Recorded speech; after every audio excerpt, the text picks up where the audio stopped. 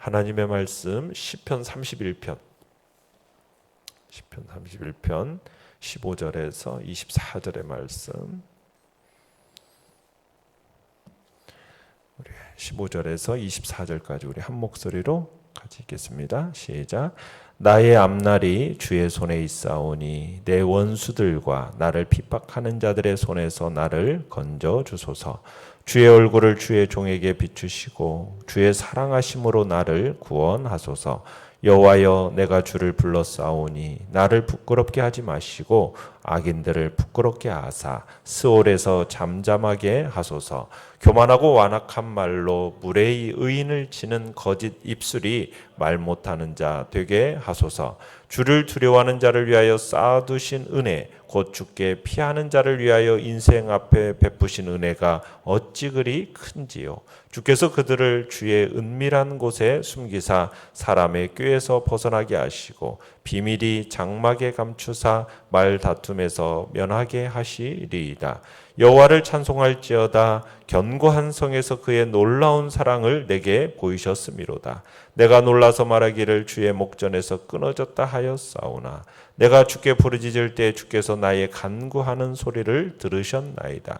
너희 모든 성도들아, 여호와를 사랑하라. 여호와께서 진실한 자를 보호하시고 교만하게 행하는 자에게 엄중히 갚으시느니라. 여호와를 바라는 너희들아, 강하고 담대하라.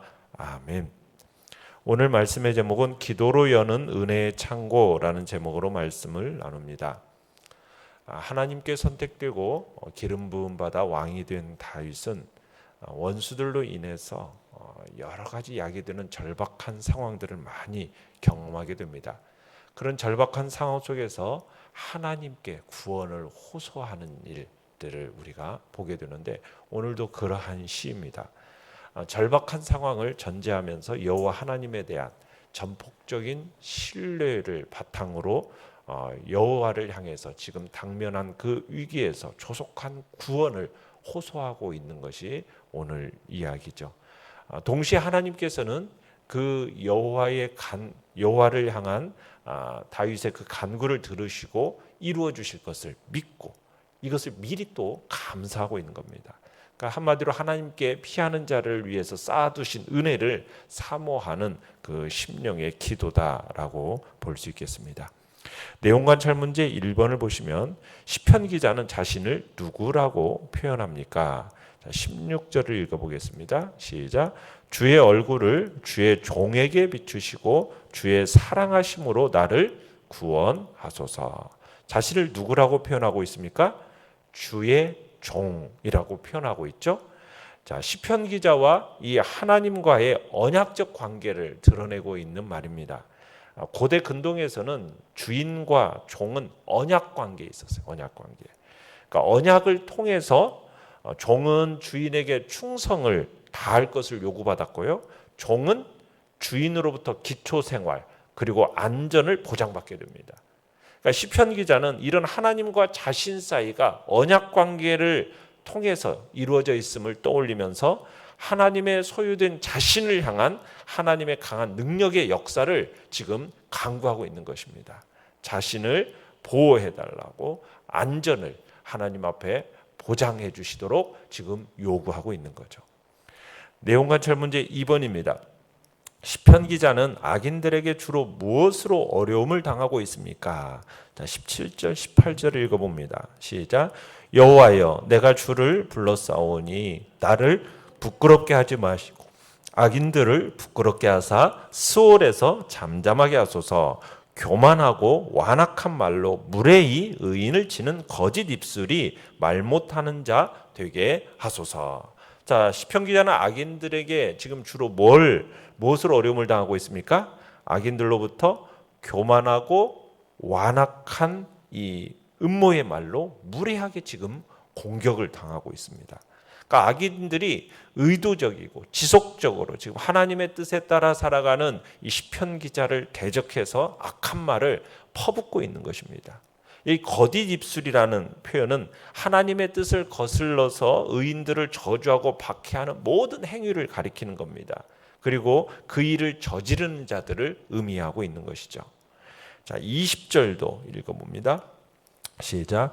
주께서 그들을 주의 은밀한 곳에 숨기사 사람의 꾀에서 벗어나게 하시고 비밀이 장막에 감추사 말 다툼에서 면하게 하시리이다. 자, 여기서 사람의 꾀란 말은 벗어나기 매우 어려운 지금 교묘한 함정, 음모 이런 말입니다. 그리고 말다툼이라는 것은 중상모략을 의미합니다. 그러니까 시편 기자는 지금 세상에서 악한 자들의 시기를 받기 때문에 그들의 중상모략을 받고 있었던 겁니다. 그래서 지금 매우 어려운 처지에 놓이게 되었던 거죠. 자, 연구와 묵상 문제 3번입니다. 왜 시편 기자는 고난 가운데서 하나님을 피난처로 삼아 의지하는 사람에게 하나님이 베푸신 은혜를 쌓아두신 은혜, 큰 은혜라고 합니까? 자, 19절을 읽어보겠습니다. 시작. 주를 두려워하는 자를 위하여 쌓아두신 은혜, 곧 주께 피하는 자를 위하여 인생 앞에 베푸신 은혜가 어찌 그리 큰지요. 자, 여기서 주를 두려워하는 자라는 표현은 하나님을 경외하는 자입니다. 그래서 하나님의 권능을 인정하고 그분의 말씀에 순종하는 자, 그 사람이 바로 하나님을 두려워하는 자죠. 자, 그런데 시편 기자는 이처럼 하나님을 경외하는 자에게 하나님께서 뭘 쌓아두셨다고요? 쌓아두신 은혜가 있다. 이렇게 지금, 그리고 그 쌓아두신 은혜를 베푸신다. 이렇게 지금 노래하고 있습니다. 자, 여기서 쌓아두신 은혜라고 하는 표현은 어떻게 보면은 하나님은 당신을 경외하는 자에게 은혜를 베풀기 위해서 이미 은혜를 어떻게 해놓고 계신다는 거예요? 준비해놓고 계신다라는 것을 우리에게 보여주는 거죠. 그러니까 하나님께서는 자신을 경외하는 자에게 반드시 하나님의 은혜가 임할 것을, 임한다는 사실을 가르쳐주고 있는 겁니다. 그리고 쌓아두신 은혜라는 표현을 통해서 하나님께서 자기를 경외하는 자에게 그 베푸시는 은혜가 풍성하다라는 것을 우리에게 나타내주고 있는 겁니다. 그러니까 쌓아뒀다라는 표현이 그렇지 않습니까? 풍성하다라는 의미가 내포되어 있는 거예요. 마치 곡식 창고에 곡식을 쌓아두는 것처럼 하나님께서는 당신을 경외하는 자에게 베푸실 은혜를 쌓아놓고 풍성하게 쌓아놓고 계신다라는 의미입니다. 자, 그래서 하나님은 당신을 경외하는 자에게 은혜를 베푸시기 위해서 은혜를 이미 풍성하게 준비해 놓고 계십니다. 하나님은 은혜에 풍성하신 하나님이십니다. 하나님은 당신을 경외하는 자에게 은혜를 베푸실 때 그냥 마지못해서 조금만 베푸시는 법이 없으시다는 거예요. 하나님은 당신을 경외하는 자에게 반드시 그리고 아주 풍성하게 은혜를 베푸시는 분임을 믿으시길 바라요. 시편 기자는 이를 자신의 경험을 통해서 잘 알고 있었던 거예요. 그는 하나님의 은혜를 풍성히 받아 누린 사람이었던 겁니다. 그래서 하나님을 의지하고 경외하는 자로서 지금은 비록 고립무원의 어떤 어려움에 처해 있지만 다시 한번 풍성하신 하나님의 은혜로 인해서 구원받게 될 것을 노래하고 있는 것입니다. 우리가 섬기는 하나님, 우리가 경외하는 그 하나님은 인색한 하나님이 아니십니다. 하나님은 당신을 경외하는 자에게 넘치도록 은혜를 베푸시는 분임을 믿으시길 바랍니다. 자, 그런데 우리가 여기서 한 가지 알아야 할 게 있습니다. 그건 뭐냐면 하나님이 우리에게 주시는 고난이라는 것도 은혜라는 사실입니다. 하나님이 성도들에게 베푸시는 것이 있다라면 그 모든 것이 뭐라고요? 은혜라는 거예요. 은혜. 설령 그것이 고난이요 어려움이라 할지라도 그것도 뭐다? 은혜라는 거예요. 그러니까 하나님이 우리 성도들에게 행하시는 그 모든 일은 다 의로우시고 은혜로운 것입니다. 시편 기자는 이것을 알았기 때문에 비록 지금은 극심한 고난 가운데 있다 할지라도 그 고난이 오히려 내게는 은혜라는 사실을 깨닫고 뭐라고 얘기했어요? 주께 피하는 자를 위하여 베푸신 은혜가 어찌 그리 큰지요? 이렇게 노래하고 있는 거예요. 그러니까 풍성하게 은혜를 베푸시는 주님 앞에 오늘도 우리가 나아온 것이고 우리가 그분 앞에 내 인생 가운데 베푸실 그 주님의 은혜와 사랑을 우리가 기억하면서 우리가 그것을 알고 깨닫는 자리에 우리가 나아가길 바랍니다. 큰 기쁨과 즐거움의 인생을 우리가 살아가시길 바랍니다. 하나님은 당신을 경외하는 자를 위해서 쌓아두신 은혜 그리고 우리에게 베푸신 은혜가 얼마나 크고 놀라운 것인지를 우리는 마음속에 되새기면서 그 은혜에 감사하는 자리에 우리 모두가 있기를 바랍니다. 그리고 그 쌓아두신 은혜를 마음껏 누리시기를 간절히 바랍니다.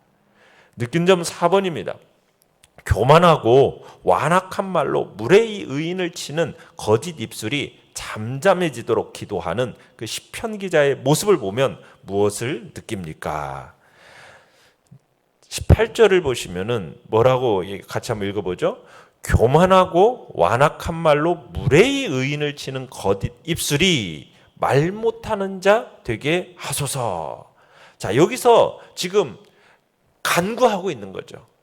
하나님은 당신을 의뢰하는 자를 이 교만하고 완악한 말로 무례히 의인을 치는 이 거짓 입술로부터 자신을 지켜주시는 분이다라는 것을 느끼게 됩니다. 다윗은 자신을 해하려 하는 사람들에 의해서 수많은 중상모략을 당했던 사람이에요. 왕이 되기 전에는 사울의 시기를 받아서 중상모략을 당했었죠. 사울은 다윗이 왕권을 찬탈하기 위해서 모함했습니다. 그로 인해서 얼마나 많은 위기를 겪어야만 했습니까?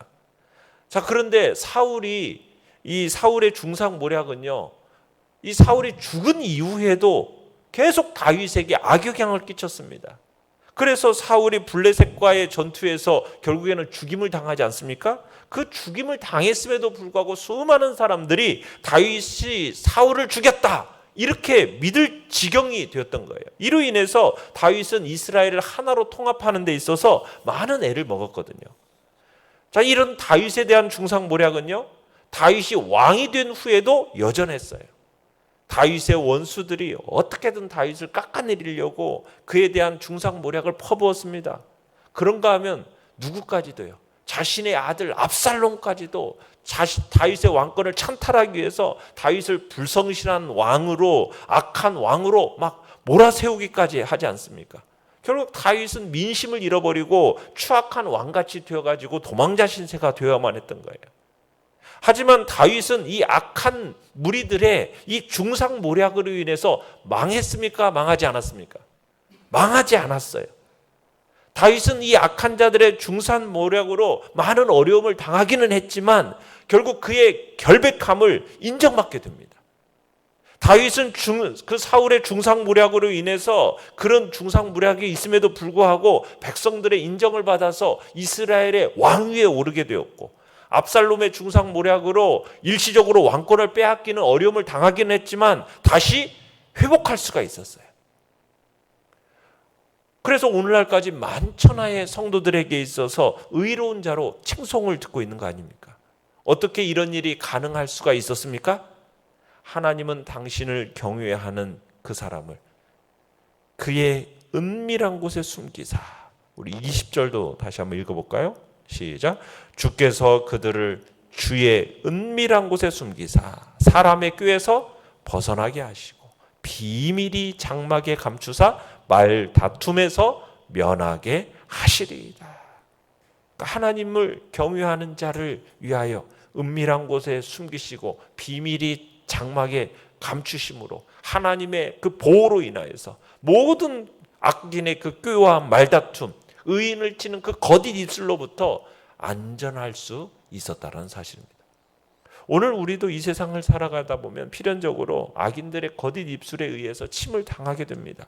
큰 공경에 처할 수 있습니다. 그러나 너무 그것으로 인해서 염려하지 말라는 거예요. 우리가 하나님을 경외하고 의의를 행한다면 하나님은 우리를 지켜주십니다. 그 모든 악인의 꾀와 말다툼으로부터 건져 주십니다. 당장은 비록 너무 어려워서 탄식이 절로 나오는 억울한 마음에 가슴을 칠 수밖에 없을지라도 하나님은 우리의 진실됨을 밝혀주시고 우리로 하여금 더욱 영광되고 형통하게 하시는 분임을 믿으시길 바랍니다. 이를 기억하면서 우리는 의와 진실함 가운데 행하는 자들로 서시기를 간절히 바랍니다. 결단과 적용 5번입니다. 말로 상처를 주고받는 경우가 잦습니까? 그럴 때 내게 필요한 것은 무엇입니까? 하나님이 나를 위해 쌓아두신 큰 은혜를 받기 위해 어떻게 하겠습니까? 우리는 그 말과 상처 속에서 말다툼 그 속에서 변명하려고 애쓰는 것이 아니라 하나님께서 이 모든 것들을 친히 해결해 주실 거라는 그 믿음을 가지고 하나님을 향한 진심 어린 신뢰가 우리에게 필요하다는 것을 느낍니다. 마지막 순간까지도 하나님에 대한 신뢰를 놓아서는 안 되겠습니다.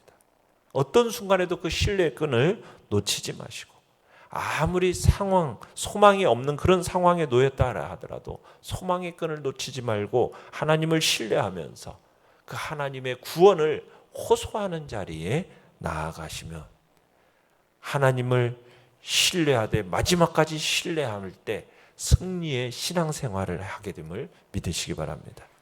우리는 하나님께서 구원받은 자신의 자녀들을 끝까지 붙드시고 마침내 승리로 이끄실 거라는 그 믿음으로 의심치 않고 하나님을 신뢰하는 복된 자리, 끝까지 신뢰하는 그 신뢰의 자리에 우리 모두가 있기를 간절히 바랍니다. 오늘의 기도 같이 읽겠습니다. 시작. 주의 종이 여기 있나이다. 주의 사랑으로 저를 구원하소서. 아멘. 말씀을 생각하면서 기도하시고요. 연약한 우리의 지체들을 위해서 기도하시며, 초청주일에 온 많은 사람들이 하나님 앞에 구원의 역사를 이루어가게 하시고, 또 주의 교회 안에서 또 잘 믿음으로 정착하는 은혜가 있도록 위해서 기도해 주시며, 오늘 수요 예배 가운데도 하나님의 풍성한 은혜로 덧입혀 달라고 이 시간 주여 3번 부르짖며 나아갑니다.